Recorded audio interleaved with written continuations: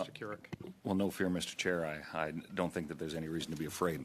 I do, however, find and am becoming increasingly, although not a regular member of this committee, I am a member of the Ethics Committee.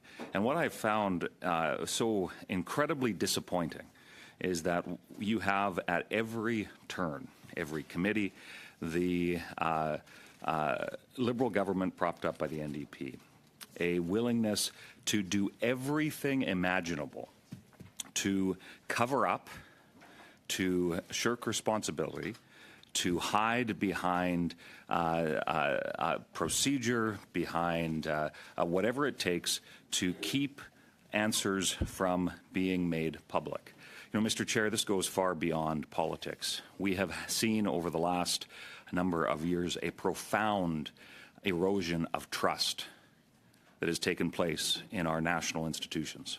A profound erosion of trust that has led to many Canadians to question not just how their tax dollars are being spent, that's an age-old political question, but truly question every aspect of whether or not government can be trusted. And one of the most disappointing things, Mr. Chair, and I think I speak on many Canadians, for many Canadians on this, is that although the Liberals talked big about transparency prior to their election and continue to peacock that they care deeply about it, when it comes to action, they fail every step of the way.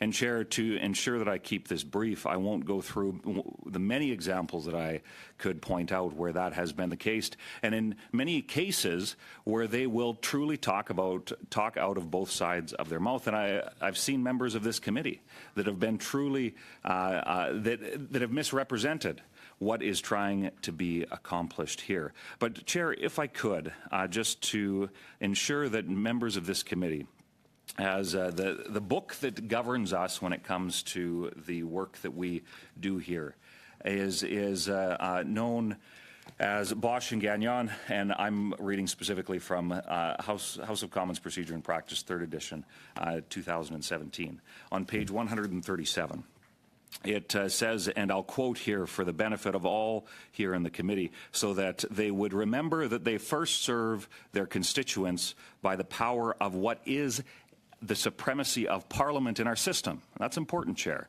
because I think that we see that members specifically of the Liberal Party, but also those in the NDP, as my colleague Mr. Genuis had outlined, seem to be quick to serve their political masters as opposed to the purposes that we have to serve Canadians here. I will quote that on page 137, that the only limitations, which could only be self-imposed, would be that any inquiry should relate to a subject within the legislative competence of Parliament, particularly where witnesses and documents are required and the penal jurisdiction of Parliament is contemplated.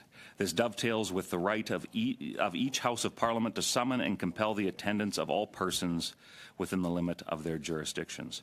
Chair, it goes on to say, interestingly, how the only individuals that committees are not able to compel the attendance to committee, and this extends to the production of documents, is the Sovereign, the Governor-General, Lieutenant Governors, members, senators, and offices of other legislatures or persons outside of Canada. Chair, we have the ability to get answers, and this committee needs to act on it, and the Liberals and the NDP need to serve Canadians, not their own personal political interests. Let me interrupt you. We have bells ringing for a vote. So, Chair, thank you for that, and I'm glad to have the confidence of this committee to finish my thought before handing it over to the very capable Mr. Perkins to continue. I would, however, when it comes to the substance of this amendment, it ensures that it has teeth, that it doesn't simply skirt over the substance of what Canadians deserve answers to in regards to a massive, absolutely massive government expenditure. We're talking thousands of dollars for every Canadian family. So, Chair, I will ask to be put back on the list. However, I would simply say that we saw before with the NDP flipping and voting against the common sense, very practical motion that we had brought forward. I suspect that that pressure that the Liberals applied then, I would hope they reconsider and serve Canadians, not their political masters within the Liberal Party.